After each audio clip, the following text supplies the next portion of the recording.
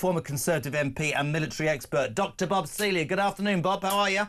Hi, Joe. I'm very well. Good afternoon to you listeners, viewers. Where do we start? I want to start actually differently to Southport. I want to start with Trump.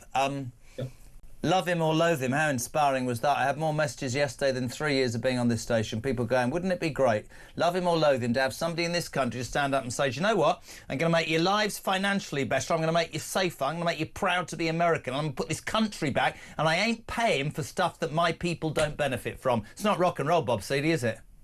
No, it's not rocket science, and I wish we'd at least tried to do a lot more of that when we had the chance, because there's a lot of us regretting it.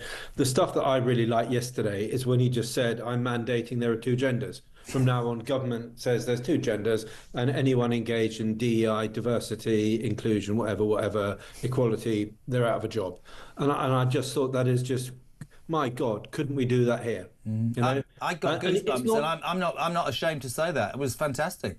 But it's not like he's saying let's all be sort of white ethno-nationalists. This is not the argument. He wants a society based on merit. And there are so few people outside a professional class of whinging protesters of all different races, very often white, sort of privileged types, apart from those whinging protesters and those people who go around looking to take offence. There is very few people from whatever background in the society who would not agree with that and what Trump was doing. Get rid of DEI, judge people on the quality of their character, their abilities, not on the colour of their skin, not into this sort of intersectionality, critical race garbage that has so infected our government and sadly some of our major broadcasters, and actually just have a genuinely liberal society where people are judged on themselves, not the colour of their skin or any other factors. I love that line he did. I'm going to be society will be colour blind and based on merit, declaring a state of emergency on the southern border, instantly saying people will be. I mean, there were pictures obviously in the Guardian today of immigrants, illegal immigrants, crying at the gates. Honestly, I thought to myself, and then this morning, on the basis of this euphoria about, and all the left is jumping up and, oh, he's inappropriate, he's this, he's that. No, he's managed to grab the pulse of the American people.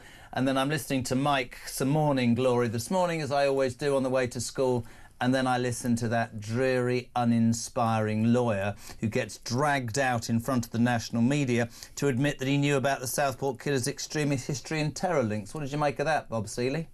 I mean, look, there's less information came out about Southport, and you have to ask why. And look, there may be a good reason, but I just want to hear it. And what we're not getting from Starmer or Cooper is straight answers. We're getting straightforward evasion. Chris Philp, Tory Shadow Home Secretary, I thought he spoke very well. Yeah. He said Starmer knew that the Southport murderer, it's a repugnant human being, had been referred to prevent. He knew he was in possession of ricin. He knew he had an Al-Qaeda training manual. This info was made public in October before his trial, and we didn't know he was going to plead guilty. So why was it not made available in August, just to say there is a terror link here? And actually just reassuring people may have actually meant that people didn't go out and swap messages that wound people up, didn't go out and riot, but actually in that vacuum, which was partly pulled allegedly by what foreign actors kicking off as well, in that vacuum, there were problems caused. And I think somebody just said, I was just on your programme a few minutes ago, if Starmer is saying people are far-right protesters before their trial, I'm not quite sure how that encourages a fair trial for those people accused of being far-right. But it's two-tier policing and two-tier justice. I wanted to, but Russell Quirk's with me. He'll speak in a second. I just wanted to put to you, Bob, what I started thinking a couple of hours ago. Some people will laugh me out of town. So if he'd given a little bit more detail and admitted that it was a terrorist-based attack at that moment, being honest with the people, that would have quelled all that disunity and rancor that took place online that led to the riots. But after the riots, he said this is all far right, sent out the police, got these people tried and jailed within 24 hours. One could conceivably say that our current Prime Minister used this for his own political benefits, because that is not an outrageous assumption, is it? To be honest, I haven't gone down that angle myself. It's an opinion. I don't know if I share it or not, because it's the first time I've heard it. I just think that we can't just go back to the past. But I'm just thinking that if they were clearer and more honest within the bounds of the law, clearly, because you don't want to jeopardise the trial.